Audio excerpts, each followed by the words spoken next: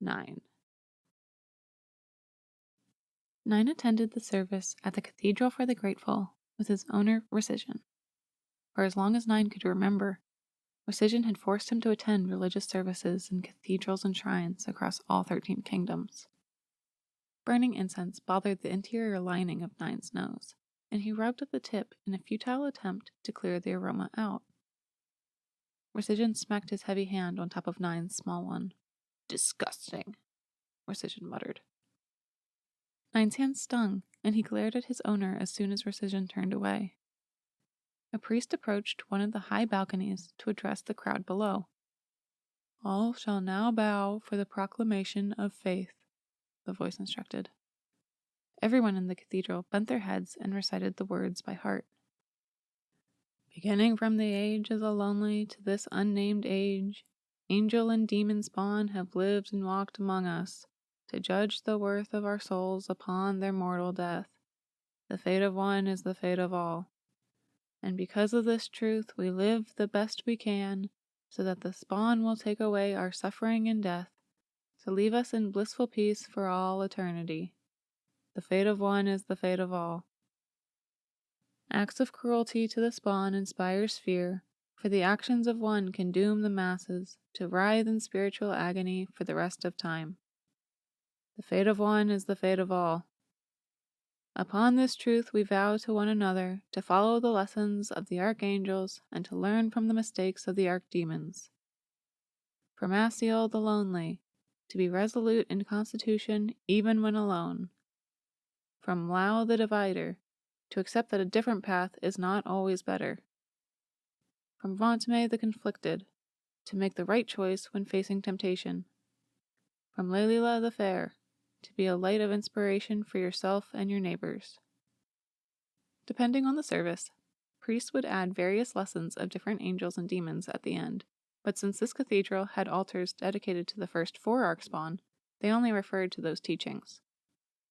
9 had attended enough worshipping houses around the realm that he had known each of the lessons by heart. It annoyed him when the services included the lessons for all 12 archspawn of old, but that was rare, usually only during festivals. If his owner hadn't been so obsessed with angelism, 9 might have cared more for the state religion. He wasn't about to be cruel to someone who would damn him. He wasn't an idiot. But 9 didn't want to share anything with Recision, not even an interest. Instead of listening to the teachings, he imagined running around the upper portions of the cathedral.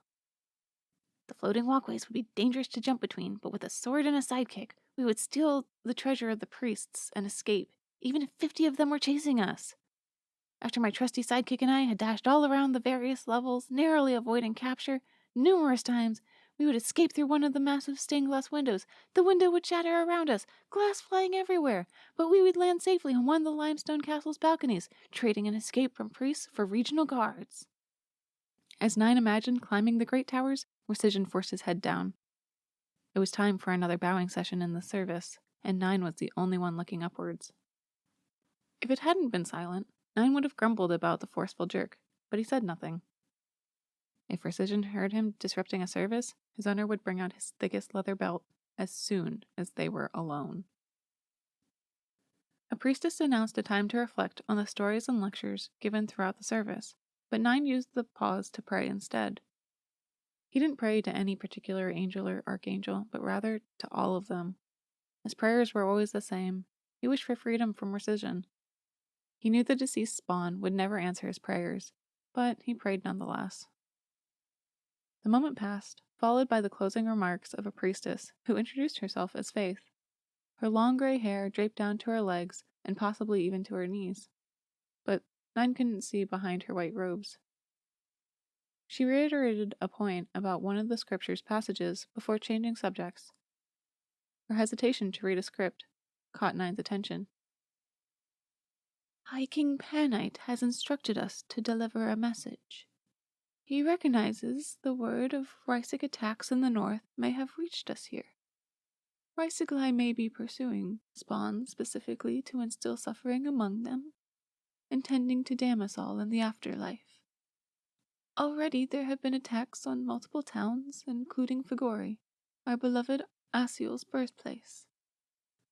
As a response, the High King is mobilizing soldiers to evacuate the northern spawn to their kingdom's capitals. Additionally, Sylvani troops have been deployed to fight off the Rhysegli. To support our brethren in the north, High King Panite has called upon Low King Citrine to mobilize Vetron's regional soldiers around the Biesagrunra Peninsula and head north to provide reinforcements to the troops sacrificing their lives for the safety of the realm. The priestess's expression turned cross as she read the next few lines. Every house of worship will take up a collection to fund the crusade that shall take back angelism's homeland. If you wish to volunteer, to fight, or to provide your labor services to the crusading effort, you may enroll at the Limestone Castle. The party will depart at dawn tomorrow in the interest of providing the northern soldiers with expeditious relief. Collections will be welcome until we have reclaimed the Holy Land, and we will remind the barbaric invaders of the strength of our devotion's resolve. The people around Nine looked at one another, speechless. While the rumors of the Rhysegli had reached Nine's ears, this was the first time the stories were not only officially confirmed, but a solution announced. The crowd pieced together their opinions toward the king's decision, and the cathedral bubbled with conversation and expression. Recision stared up at the priestess. His mouth remained closed, but his lips' edges turned downward, in consideration. Nine always worried when his owner bore that expression. Typically, it followed with the purchasing or selling of slaves. While Nine liked Sithica, the prospects of a new owner sent off-putting uncertainty spinning inside him. At least he knew he could handle Recision's brutality.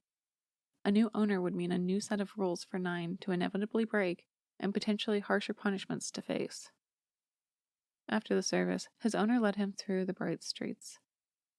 A stack of news reports materialized in a transportation mage's shop. Couriers peddled the parchments to the waiting crowd of aristocrats. If Nine had to guess, the headline would have the latest information about the northern Rhysig attacks. Even if he could have seen the update, Nine wouldn't have been able to read the words. Nine and Recision reached Sithica's Slaver's Pavilion soon after. Merchants and their property lingered, waiting for the right buyer or seller to approach. The pavilion wasn't the largest, but neither was it the most disgusting that Nine had wandered through. Nine tensed his back to prevent himself from shaking. He cast his gaze downward to avoid unwanted notice or offense. His owner met up with another merchant who had 2 adolescent slaves with him. Nine had seen the scrawny man before on one of the previous trips to Sithica. He believed that the merchant's name was Petey, and that his trade was in jewelry. Petey eagerly imparted a message to Recision, but Nine couldn't hear it over the squabble of the pavilion's crowd. Nine's meager height placed him out of earshot as well. Now and again, Petey glanced at Nine, intrigued. At first, Nine feared he was being traded away to the feeble man, but Petey just observed his particular appearance. With copper hair, abnormally pale skin, and copious dark freckles littering his face, Nine stood out in most crowds. As pieces of the conversation floated over, the meeting's purpose revealed itself to him. Nine's fear was misplaced. His owner was not trading away slaves, but rather acquiring the 2. Their names were 5 and 18, and they were much older than 9. 5 seemed amiable and relaxed, while 18 was stiff and guarded. Perhaps 18's massive height and muscle mass were what gave 9 that impression. He was enormous. I wish Recision would have slaves my age for once that weren't girls, so I could have a friend. Teenage and adult slaves ignored him, and all the girls were sold before he could even introduce himself. This situation resolved to be different. Based on the conversation, the intent was to escort the slaves to their intended destination for a price, not to sell them into Recision's custody. Nine appreciated knowing exactly how much time he would receive with the new companions.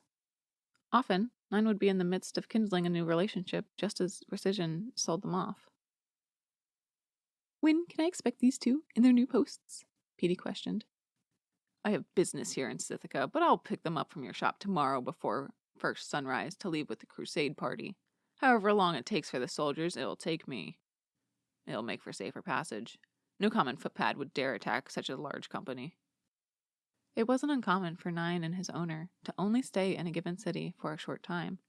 Still, after they had just traveled through the perilous weather of Vetron's countryside, Nine was reluctant to make the trek outside the comfort of a weather mage's barrier again so soon.